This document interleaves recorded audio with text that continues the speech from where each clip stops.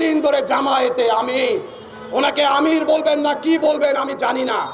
এই যে কথিত সার্জিস আলম সাহেব, মিডিয়াতে সার্চ দিলে পাবেন, আমাকে দেখাচ্ছে তার শরীরে 1000 স্প্রিন্টার রয়েছে। আমার সেই সার্জিস আলম রাজনীতি নিয়ে ব্যস্ত। আমার আহত যোদ্ধাদের খবর তাদের কাছে নেই, আমার শহীদ পরিবারের খবর তাদের কাছে নেই, এই আসিফ সাহেব আমার শহীদ পরিবারের খবর তাদের কাছে নেই। তারা এখন ব্যস্ত রাজনীতি নিয়ে, তারা এখন ব্যস্ত বিভিন্ন নিয়োগ বাণিজ্য নিয়ে করে। তাদের টাকা পয়সার অট্টালিকার অভাব নেই। আমাদের যারা সম্মুখ সারির মুক্তিযোদ্ধা জুলাইয়ের 24-এর, তারা রিক্সায়ও চড়তে পারে না, লোকাল বাসে উঠতে পারে না, যার পা নেই লোকাল বাসে চড়তে পারে না। আমাদেরকে ব্যবহার করে তারা এখন কোটি টাকার গাড়িতে চলে, নির্বাচন করে, কোটি কোটি টাকা। তার বাপ দাদারা নাকি অনেক টাকার মালিক ছিল, আমরা কি জানি না? তারা রাস্তায় হোটেলে খেতে পারতো না, পুরনো পঞ্চ পাই দিয়ে তারা চলতো।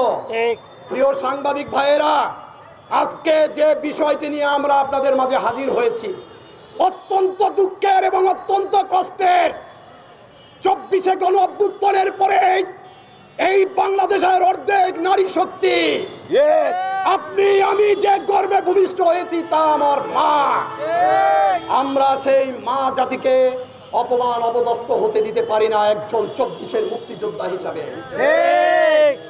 বাংলাদেশকে 71 সালে যারা স্বাধীন করেছিল, তারা আপনাদের সেই পূর্বপুরুষ, এবং এই 24-এর পরে আমরা হচ্ছে এই 24-এর মুক্তিযোদ্ধা। আমরা আমাদের মা জাতিকে লাঞ্ছিত হতে দিতে পারি না। আমরা আজকে আপনাদের মাঝে সম্মুখে এসেছি অত্যন্ত কষ্টের বিষয় নিয়ে। আপনারা দেখেছেন দীর্ঘদিন ধরে জামায়াতে আমির, ওনাকে আমির বলবেন না কি বলবেন আমি জানি না। আমি শুধু একটি কথা আপনাদের মাঝে স্পষ্টভাবে বলতে চাই, আমি যদি কোনো ভুল ব্যাখ্যা দিয়ে থাকি আপনাদের প্রশ্নের সম্মুখীন হতে আমি রাজি আছি।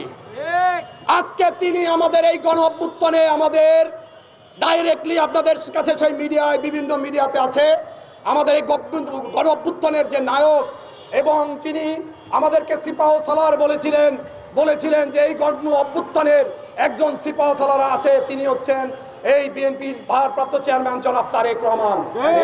এই কথাটি তিনি বলেছিলেন। তারপরে কি বলেছেন? তারপরে বলেছেন আমাদের অলি সাহেব, তিনি যুদ্ধ করেছেন, মুক্তিযুদ্ধ করেছেন। তিনি বলেছিলেন আমাদের স্বাধীনতার ঘোষক শহীদ প্রেসিডেন্ট জিয়াউর রহমান বীর উত্তম। আজকে সেই কথাকে আমরা মিডিয়ার সামনে ভাসছে। মানুষ মিথ্যা কথা বলারও একটা লিমিট থাকে, একটি জৌরামি করারও একটি লিমিট থাকে। আজকে সেই শফিকুর রহমান সাহেব স্পষ্ট মিডিয়ায় আসছে, আপনারা দেখছেন। তিনি বলেন এই বাংলাদেশ স্বাধীনতার ঘোষণা দিয়েছেন ডক্টর অলি, কর্নেল অলি, যিনি কিনা নিজের মুখে স্বীকার করেছেন এই বাংলাদেশ স্বাধীনতার ঘোষক শহীদ প্রেসিডেন্ট জিয়াউর রহমান। আজকে সেই কথাকে এভাবে মিডিয়ার সামনে কিভাবে এত বড় নাজায়েজ মিথ্যা কথা তিনি বলেন এই ডাক্তার শফিকুর রহমান, আমার বোধগম্য নয়। আমি এই প্রশ্ন তার কাছে রেখে গেলাম।